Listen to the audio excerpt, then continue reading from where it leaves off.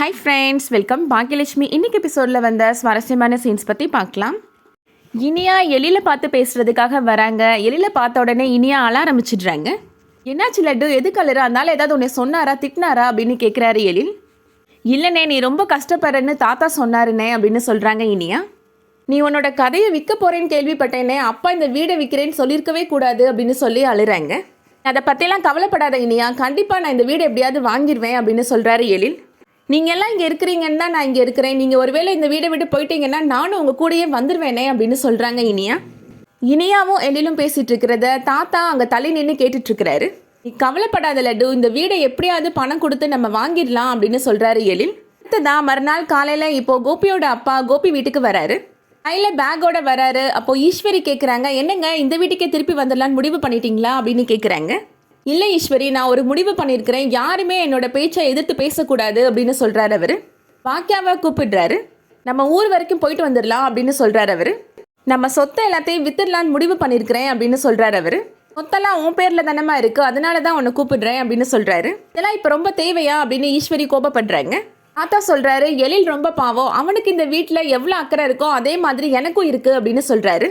நமக்கெல்லாம் சொத்து இருக்கிறதே தேவைப்படுறப்ப விற்கிறதுக்கு தான் அப்படின்னு சொல்கிறாரு. என்னோட முடிவில் எந்த மாற்றமும் கிடையாது அப்படின்னு சொல்லிடுறாரு. வீட்டை பார்த்துக்கோ எழில் அப்படின்னு சொல்லிட்டு இப்போது பாக்கியாவும் தாத்தாவும் கிளம்பி போகிறாங்க. அடுத்ததா இனியாவும் கோபியும் இப்போது பாக்கியா வீட்டுக்கு வராங்க. பாட்டி, அப்பாவை வர சொல்லியிருந்தீங்களே அப்படின்னு சொல்கிறாங்க இனியா. வீட்டில் யாரும் இல்லையா, ரொம்ப சைலண்ட்டாக இருக்குது அப்படின்னு இனியா கேட்குறாங்க. பாக்கியாவும் தாத்தாவும் ஊருக்கு போயிருக்கிறாங்க அப்படின்னு சொல்கிறாங்க ஈஸ்வரி.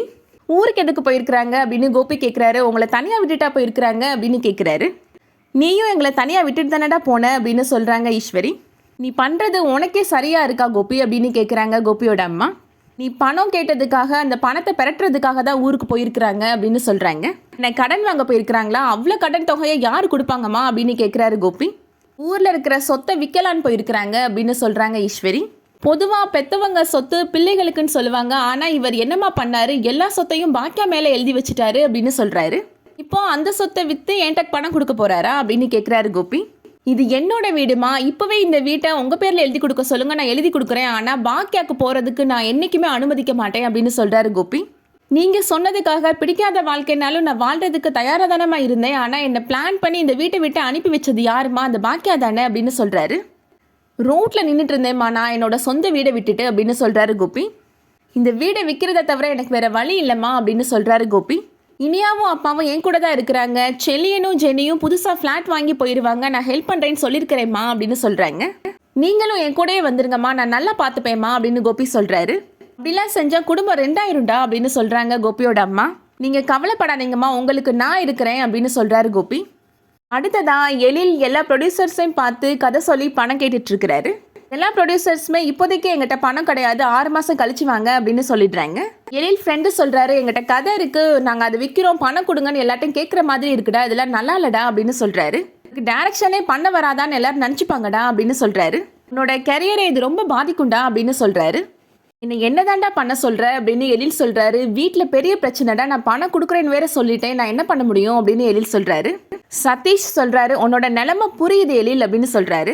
வர்ஷினி அப்பா வேற பெரிய ஆளாக இருக்கிறாரு, அவரை எதிர்த்து யாருமே உனக்கு சப்போர்ட் பண்ண மாட்டாங்கடா, இந்த ஸ்கிரிப்டெல்லாம் யாரும் வாங்குற மாதிரி தெரியலடா, இதுதான்டா நிலைமை அப்படின்னு சொல்கிறாரு.